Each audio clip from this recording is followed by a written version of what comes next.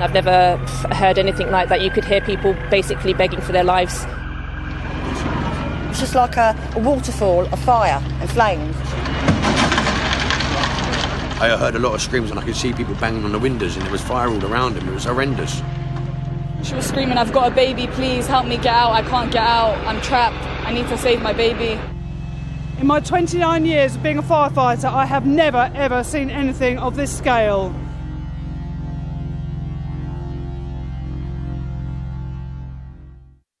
This is what Grenfell Tower used to look like. A home to hundreds of people, built in the 1970s, recently refurbished, a familiar sight to many people travelling in and out of London. It's in Kensington, a name synonymous with wealth, but this is an area of social housing. The people here are a blend of nationalities, living in the heart of one of the world's most diverse cities. At 5 minutes to 1, the fire brigade summoned here to a hellish inferno. A 24-storey building gripped by a fire that got ever more intense, at a time when so many people were at home, asleep. It was just like a waterfall on the left-hand side of fire and flames, but now it's spread all to the right of the building, that part there, and it's also gone down the left-hand side of the building as well. Dozens of fire engines attended the scene, along with police, ambulances and crowds, anxious onlookers, friends, and also those who'd escaped. The best thing you guys can do if you've got family, friends, relatives, stay behind the line. What caused this will of course be investigated, but one resident told us he believed the fire had started in his neighbour's flat, sparked by a faulty fridge. It's by chance that we had a knock, and the guy who knocked so happens to be the guy whose house was the cause of the whole thing. It's his fridge. He explained to us as he came down afterwards and was outside the building, he explained to us that it was due to his fridge which exploded. That's what he kept saying. On the fourth floor. And do you think everyone inside the block has been evacuated? No. How do you know? How do we know? Because the fire spread extremely quick. Charlie from Internet. Go ahead, over. So what do you do if you're confronted by this nightmare? Well, this is the advice given to residents in Grenfell Tower, told to stay put in their flat unless a fire actually reached them. Many chose to ignore this. They chose to flee. I've opened the window and I heard some woman saying it's getting bigger. So I've gone out to the hallway, I've looked through the spire hole, I see smoke everywhere. I've opened the door and the neighbours were there, the people screaming, the firemen said, "Get down the stairs." So I grabbed the little girl, grabbed my girlfriend, ran out of the house. I heard a lot of screams and I could see, after I got outside, I was looking up and I could see people banging on the windows and there was fire all around them. It was horrendous. We saw people from the 14th floor crying, people from the 16th floor, my neighbor, his son was struggling. I told him, "Where is your dad?" because I know his dad. And he said to me, "He's indoors, he can't walk." I said to him, "Let's go in." When we went try to get in, the smoke is nowhere you can get. Me, I was going through the floor. The fire brigade, they had their oxygen. We never had the oxygen, so I just have to leave. So there were firefighters inside the building evacuating people? They just came in, trying to evacuate the people, telling them to go. But they told us to stay in, but I have to open the door and to get out. There was a lot of people on the upper floors flashing their torchlights, and the most upsetting thing about it all was you could make out there was a couple of young kids with flashlights waving at people to try and help them. You could hear a lot of screaming saying, "Help me, please, please, please," and it's just really emotional and sad to hear. Daylight comes early at this time of year. What we saw was harrowing. Just found this on the floor. Somebody's work. Around the tower, a carpet of debris, charred possessions, but also the industrial cladding that had burnt from around the building.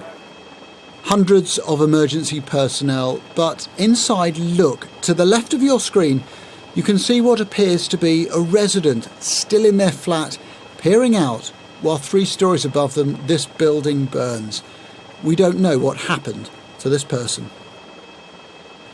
But a story that's been told repeatedly is one of utter desperation, of people in this tower trapped and jumping for their lives. I did see a few people jump. People were jumping. I think at that point it was you either jump in trying to save your life, you might break a few bones or get engulfed in that flame.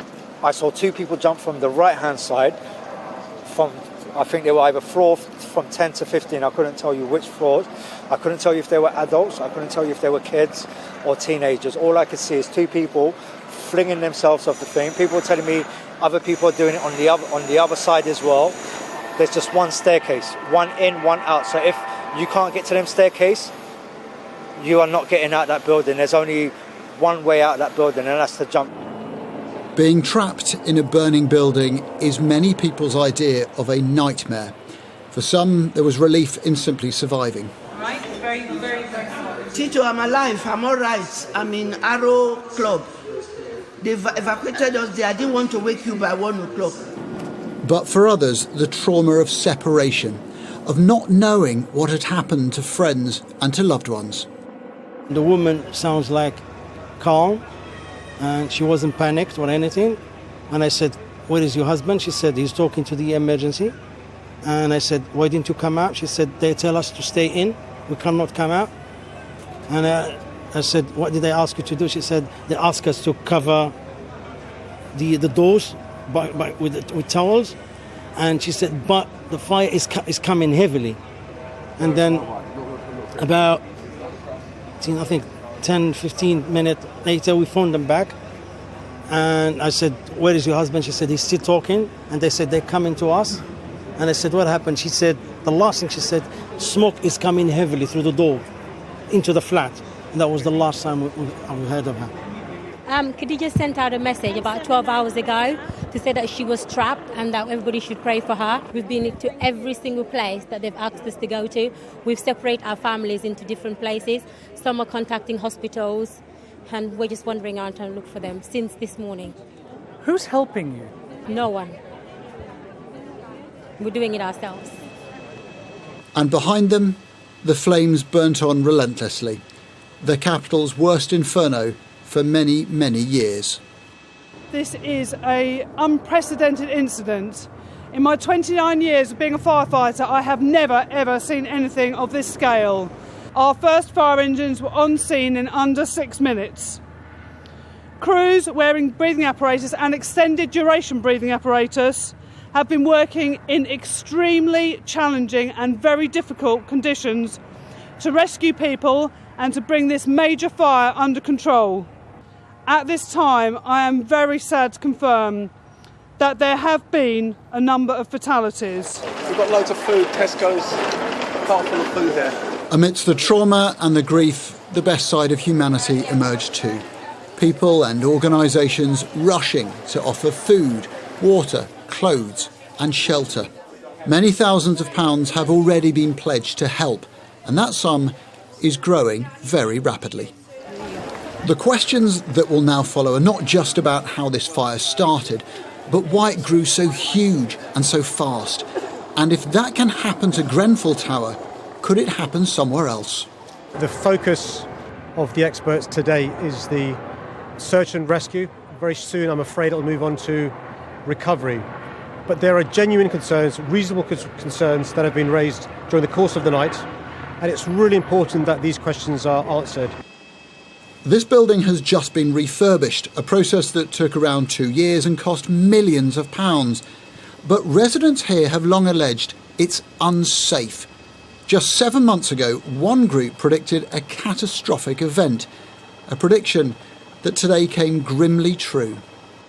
There was an issue a few years ago when there was a small fire, and there was concerns from the TMO residents regarding this building and the safety of this building. There was a lot of worries, and this was one of the worries, that one day something like this could happen.